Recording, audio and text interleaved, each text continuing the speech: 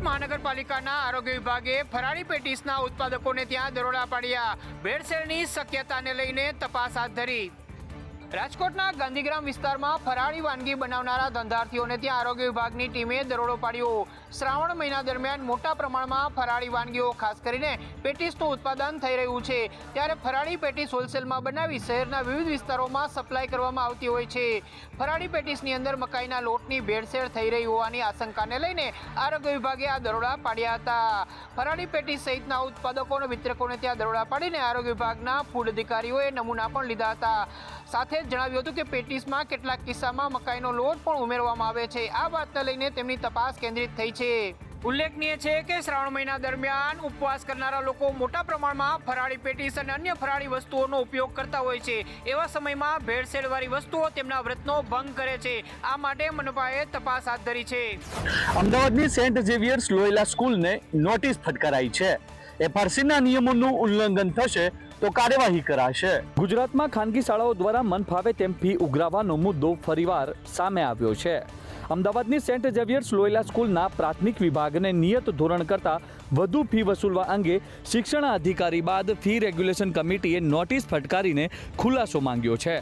આ સ્કૂલ દ્વારા 22,000ની જગ્યાએ 39,000 રૂપિયા ફી વસૂલી હતી, જેની ફરિયાદો અધિકારીઓ સુધી પહોંચી હતી, જેથી સ્કૂલ દ્વારા જો વધુ ફી લેવાતી હોવાનું ધ્યાને આવશે તો કાર્યવાહી કરવામાં આવશે। સેન્ટ ઝેવિયર સ્કૂલ લોયલા પ્રાથમિક વિભાગમાં એફઆરસી કમિટી દ્વારા તેઓને ફીસ જે 39થી 40,000 જેટલી હતી તેને ઘટાડીને અંદાજિત 22,000 જેટલી કરી છે, જે ગત વર્ષથી એનો અમલ કરવાનો થાય, પરંતુ શાળાએ એનો અમલ કર્યો નથી। આ ઉપરાંત વધારાની લીધેલી ફી પરત કરવા આદેશ કરાયા છે, તો નવા સત્રમાં નિયમ અનુસાર જ ફી વસૂલવા સૂચના અપાઈ છે। રાજ્યમાં શિક્ષકોની ખાલી જગ્યાઓને લઈ હવે શાળા સંચાલક મંડળ પણ મેદાને આવ્યું છે। મંડળે કહ્યું કે જરૂર પડે તો સરકાર સ્પેશિયલ ભરતી કરે। રાજ્યમાં છેલ્લા કેટલાક સમયથી શિક્ષકોની ભરતીનો વિવાદ છેડાયો છે। શાળા સંચાલક મંડળના પ્રમુખ ભાસ્કર પટેલનું નિવેદન સામે આવ્યું છે। પ્રમુખ ભાસ્કર પટેલનું કહેવું છે કે આચાર્ય તેમજ શિક્ષકોના પદની જગ્યાઓ ખાલી પડે છે। આ ખાલી જગ્યાઓ પર ઓગસ્ટ મહિના સુધીમાં ભરતી કરવામાં આવે તેવી માંગણી કરી છે।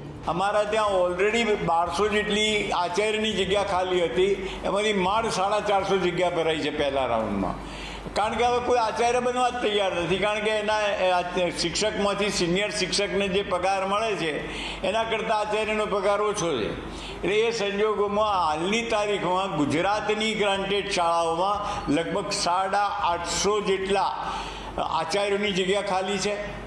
ઉચ્ચતરમાં 1500થી વધુ જગ્યાઓ ખાલી છે। વડોદરામાં સ્મશાનના લાકડા મુદ્દે ભાજપ અને કોંગ્રેસ વચ્ચે ઝપાઝપી। ભાજપે છાણી ગામના લાકડા બારોબાર વેચી દીધા હોવાનો કોંગ્રેસનો આક્ષેપ। છાણી ગામના લોકોના દાનથી ચાલતા સ્મશાનના લાકડા અન્ય લઈ જવાતા માથાકૂટ થઈ। કોંગ્રેસના કાઉન્સિલરોએ રોકતા સ્ટેન્ડિંગ કમિટીના ભાજપના પૂર્વ ચેરમેન સતીશ પટેલ સહિતના લોકો વચ્ચે ભારે ઘર્ષણ થયું અને બંને જૂથો ઝપાઝપી પર ઉતરી આવ્યા, જે સમગ્ર ઘટનાનો વિડીયો પણ સામે આવ્યો। સતીશ પટેલે એમના 20-30 માણસોને બોલાવીને ગુંડાગર્દીને લુખાગીરી કરી। અમારો ઇન્ટેન્સ એક છે કે જે લાકડા જે છે છાણી ગામના લોકોએ દાનમાં આપેલા લાકડા છે, કોઈ પ્રાઇવેટ માલિકીના નથી। ધર્માદા ટ્રસ્ટ જે હેન્ડલિંગ કરતું હતું એ ધર્માદા ટ્રસ્ટ કોઈની પ્રાઇવેટ માલિકીનું નથી। છાણી ગામના વડીલોએ છાણી ગામના હિત માટે ઊભું કરેલું ટ્રસ્ટ છે, કોઈના બાપાની જાગીર નથી। સતીશ પટેલનું કહેવું છે કે કોર્પોરેશને ખાનગી સંસ્થાઓને સ્મશાનોનું સંચાલન સોંપ્યું છે, જેથી 3 મણ લાકડા આસપાસના ગામોના સ્મશાનોને દાન કરવામાં આપ્યા હતા। રાજ્યના ઘણા પોલીસ સ્ટેશનમાં સીસીટીવી કેમેરા જ નથી। હાઈકોર્ટે રાજ્યના તમામ પોલીસ સ્ટેશનમાં સીસીટીવી રાખવા માટેના નિર્દેશ કર્યા છે। હાલમાં સીસીટીવી કેમેરાનો ફરજિયાત આદેશ હોવા છતાં તેની કોઈ અમલવારી થતી નથી, જેથી જે પોલીસ સ્ટેશનમાં સીસીટીવી લગાવેલા ના હોય તેવા પોલીસ મથકો સામે પગલાં લેવા આદેશ કરવામાં આવ્યો છે। લુણાવાડા તાલુકામાં પોલીસ મથકે અમદાવાદના 2 વકીલને મારવામાં આવ્યા હોવાની ફરિયાદ નોંધાઈ હતી, જે મામલે વકીલો દ્વારા પોલીસ મથકના સીસીટીવી ફૂટેજ માંગવામાં આવ્યા હતા। જોકે પોલીસ સ્ટેશનમાં સીસીટીવી ન હોવાથી બંને વકીલોએ ગુજરાત હાઈકોર્ટમાં જાહેર હિતની અરજી દાખલ કરી હતી। ત્યારે આ મામલે ગુજરાત હાઈકોર્ટે ગૃહ વિભાગના એડિશનલ ચીફ સેક્રેટરીને સુપ્રીમ કોર્ટના સીસીટીવી અંગેના નિર્દેશોના પાલન અંગેનો જવાબ માંગ્યો છે। વર્ષ 2020માં સુપ્રીમ કોર્ટના આદેશ અનુસાર દરેક પોલીસ સ્ટેશનમાં સીસીટીવી કેમેરા રાખવા ફરજિયાત છે। ચોમાસું આવતા જ પાલિકા જર્જરિત ઇમારતોને નોટિસો પાઠવે છે, પરંતુ અહીં તો કોર્પોરેશનની કચેરી જ સમારકામની રાહ જોઈ રહ્યું છે। મનપાની નિર્ભયતા શાખા શહેરમાં જર્જરિત મકાનોને નોટિસ આપી કાર્યવાહી કરે છે, પરંતુ આજે શાખાની કચેરીનું મકાન જર્જરિત હાલતમાં છે। તેમ છતાં રિપેરિંગની કામગીરી કરવામાં ન આવતા અનેક સવાલો ઉઠ્યા છે. મહત્વનું છે કે આ વર્ષે 1300 જર્જરિત ઇમારતોને નિર્ભયતા શાખાની નોટિસ આપી તાત્કાલિક રિપેરિંગ કરવા અથવા વધુ જર્જરિત મકાનો ઉતારી લેવા તાકીદ કરાઈ છે. પરંતુ પાલિકાની આ કચેરીમાં 17 મહિનાથી 3 માળના ટોયલેટના ભાગ જર્જરિત હોવાનો રિપોર્ટ આવ્યો છે, જેને હાલ થીંગડા મારી કામચલાઉ કામગીરી કરી છે. સત સલામતના દાવા પણ કરવામાં આવ્યા છે. હાલ તો અહીં દીવા તળે અંધારા જેવો ઘાટ સર્જાયો છે, ત્યારે લોકોને જર્જરિત ઇમારતો મામલે સલાહ આપતું ખુદ પાલિકા ક્યારે મરમ્મત હાથ ધરે છે તે જોવું રહ્યું. અમદાવાદ મહાનગરપાલિકાના સત્તાધીશો અને અધિકારીઓ બાઉન્સરના ભરોસે છે. ફરી એકવાર વિવાદિત સિક્યુરિટી એજન્સીને કામ સોંપવામાં આવ્યું છે. વીઆઈપી કલ્ચરને સમાજમાંથી હટાવવા માટે વિવિધ સ્તરે પ્રયાસો થઈ રહ્યા છે, જ્યારે અમદાવાદ મ્યુનિસિપલ કોર્પોરેશનના અધિકારીઓ અને સત્તાધીશો બાઉન્સરના ભરોસે જીવી રહ્યા છે. ઓફિસની બહાર બાઉન્સર અને સિક્યુરિટી રાખવામાં આવે છે, ત્યારે આમ જનતા કે વિપક્ષ સહિતના લોકો અધિકારીઓ સુધી પહોંચી શકતા નથી.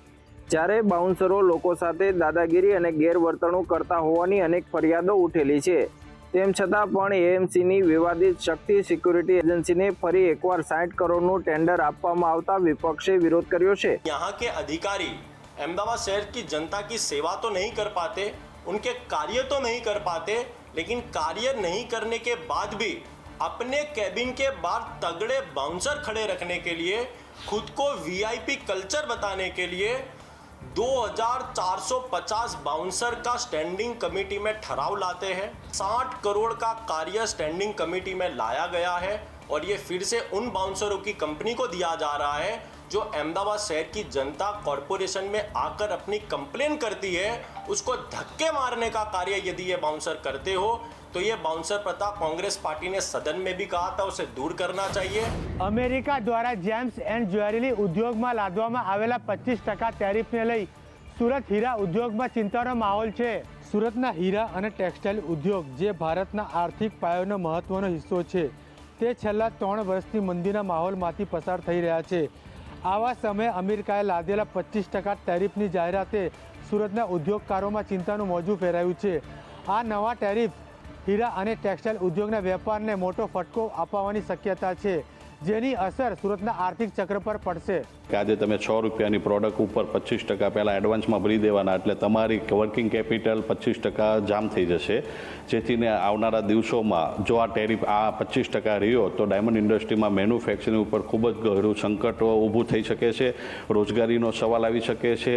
આવી પરિસ્થિતિમાં ઉદ્યોગો સાથે સંકળાયેલા વેપારીઓ સરકાર તરફથી યોગ્ય પગલાંની અપેક્ષા રાખી રહ્યા છે. જમ્મુ કાશ્મીરના મુખ્યમંત્રી ઓમર અબ્દુલ્લા અમદાવાદની મુલાકાતે છે, જ્યાં તેમને સાબરમતી રિવરફ્રન્ટ પર દોડ લગાવી અને આનંદ માણ્યો. અમદાવાદ શહેરના પ્રવાસે આવેલા મુખ્યમંત્રી અબ્દુલ્લા વહેલી સવારે રિવરફ્રન્ટની મુલાકાત લીધી હતી. તેમને ટ્રેક પર દોડ લગાવી આસપાસના રમણીય દ્રશ્યોનો આનંદ માણ્યો હતો. આ દરમિયાન તેમને સ્થાનિક લોકો સાથે વાતચીત પણ કરી હતી. મુલાકાતીઓ અને સ્થાનિકો વચ્ચે પોતાની વાતચીતને જોઈને ખુશી વ્યક્ત કરી હતી. મુખ્યમંત્રી અબ્દુલ્લાએ ટ્વિટર પર પોતાની મુલાકાતની માહિતી આપી હતી. તેમણે લખ્યું હતું કે અમદાવાદમાં એક કાર્યક્રમમાં ભાગ લેવા આવ્યો હતો, ત્યારે સાબરમતી રિવરફ્રન્ટ પર દોડવાનો મોકો મળ્યો. આ જગ્યા અદ્ભુત છે અને મને અહીંયા દોડવાની મજા આવી. મેં અટલ બ્રિજ પણ જોયો, જે ખરેખર અદ્ભુત છે. તેમને રિવરફ્રન્ટની સ્વચ્છતા અને આયોજનોના વખાણ પણ કર્યા. તો ગઈકાલે ગુજરાતના મુખ્યમંત્રી ભૂપેન્દ્ર પટેલ સાથે પણ તેમને મુલાકાત કરી હતી અને હવે સ્ટેચ્યુ ઓફ યુનિટીની મુલાકાત પણ કરવા જવાના છે.